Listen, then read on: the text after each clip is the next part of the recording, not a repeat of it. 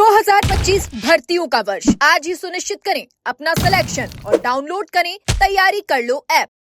राजस्थान की 2021 की एसआई भर्ती मामले में एक नया मोड़ आ चुका है, क्योंकि जिस तरीके से लगातार राजस्थान में इस मामले को लेकर काफी लंबे समय से बवाल चल रहा था।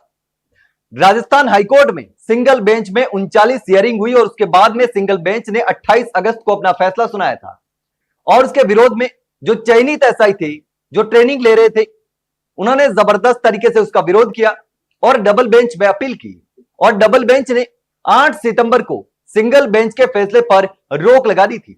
और इसके साथ ही यह भी आदेश दिया था कि जिन अभ्यर्थियों की ट्रेनिंग चल रही है, जो एसआई ट्रेनिंग ले रहे हैं, तो ट्रेनिंग उनकी जारी रहेगी, लेकिन फील्ड पोस्टिंग पर रोक रहेगी।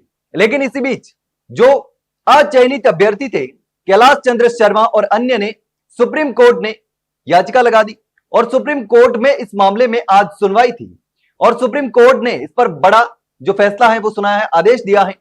डबल बेंच का जो फैसला था उस पर रोक लगा दी, यानी कि 8 सितंबर को जो डबल बेंच ने फैसला दिया था कि सिंगल बेंच के फैसले पर रोक लगाने का, तो ऐसे में अब डबल बेंच के फैसले पर भी सुप्रीम कोर्ट ने रोक लगा दी है। ऐसे में अब जो चयनित एसआई हैं वो ट्रेनिंग नहीं ले पाएंगे। भर्ती जो रद्द का आदेश था सिंगल बेंच का, वो आदेश यथावत रहेगा। और इसके साथ ही सुप्रीम कोर्ट ने एक अहम बात भी कही है, डबल बेंच को 3 महीने के भीतर इस पूरे मामले में सुनवाई करने का निर्देश दिए हैं, यानी 90 दिन के भीतर इस मामले में सुनवाई पूरी करनी होगी और इसके बाद डबल बेंच को अपना फैसला सुनाना होगा। ऐसे में अब इस मामले में मैराथन जो सुनवाई है वो शुरू होने वाली है डबल बेंच में, क्योंकि 3 महीने के भीतर इस पूरे मामले की सुनवाई करने के लिए सुप्रीम कोर्ट ने निर्देश दे दिए हैं।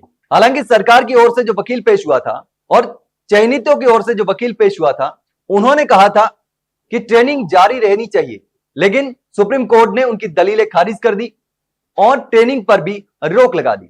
लेकिन अब देखना होगा कि किस तरीके से इस पूरे मामले में 3 महीने के भीतर सुनवाई होती है और डबल बेंच का आदेश आता है। सिंगल बेंच के आदेश के बाद तमाम जो अभ्यर्थी थे, जो चयनित थे और चयनितों के परिजन थे, वो सड़कों पर आ गए थे और लगातार इस फैसले का विरोध कर रहे थे। विधानसभा में भी मुद्दा उठा, जनप्रतिनिधियों ने भी मुद्दा उठाया और उसके बाद आखिरकार डबल बेंच ने उस पर रोक लगा दी थी सिंगल बेंच के फैसले पर। लेकिन अब इस पूरे मामले में नया मोड़ आ चुका है। लेकिन इसके साथ ही अब जल्द इस पूरे मामले का फैसला आने की भी संभावना है, क्योंकि 30 दिन के भीतर सुप्रीम कोर्ट ने आदेश दिया है कि 3 दिन के भीतर डबल बेंच को अपना फैसला सुनाना है सुनवाई पूरी करने के बाद में।